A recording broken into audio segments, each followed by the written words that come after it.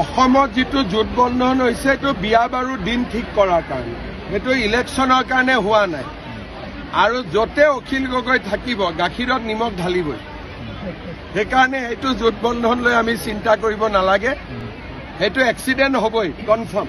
ৰাহুল গান্ধী কিয় আদৰি নলয় বুলি ভাবিছে অসমত? ৰাহুল গান্ধী য'তেই যাব তাতে বিজেপি ইলেকশ্যন জিকিব। আৰু এই কথাটো মই বিহাৰত কৈ আহিছিলোঁ যে ৰাহুল গান্ধী হ'ল বিজেপিৰ আটাইতকৈ ডাঙৰ ষ্টাৰ কেম্পেইনাৰ। যদি ৰাহুল গান্ধী আহি যায় বিজেপি জিকাটো পাক্কা হৈ যায়। তেতিয়াহ'লে আমি 100% জিকি যাম যদি ৰাহুল গান্ধী আহে। আজি বিহাৰত ভাৰতীয় জনতা পাৰ্টি আৰু NDA চমকপ্ৰদ বিজয়ে অসমতো আমাক আনন্দিত কৰিছে।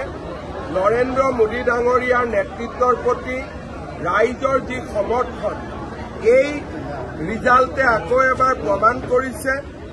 আৰু কংগ্ৰেছৰ যে ভৱিষ্যত একেবাৰে নাই, সি আজি পুনৰবাৰ প্ৰমাণ হৈছে। মই ভাবোঁ যে মোদী ডাঙৰীয়াৰ নেতৃত্বত ভাৰতে বিকাশৰ বাটেৰে খোজ কাঢ়িব আৰু 2047 চনত আমি ভাৰতক এখন বিকশিত ৰাষ্ট্ৰ হিচাপে আগবঢ়াই লৈ যাব পাৰিম। তাতে আমি চবতে চব জিকিছোঁ, 200 চিটত জিকিছোঁ। যিহেতু মই প্ৰচাৰ কৰা চিট কেইটাও জিকিছে, কিন্তু এই বিজয় মোদী ডাঙৰীয়াৰ বিজয়, এই বিজয় নীতিশ কুমাৰৰ বিজয়।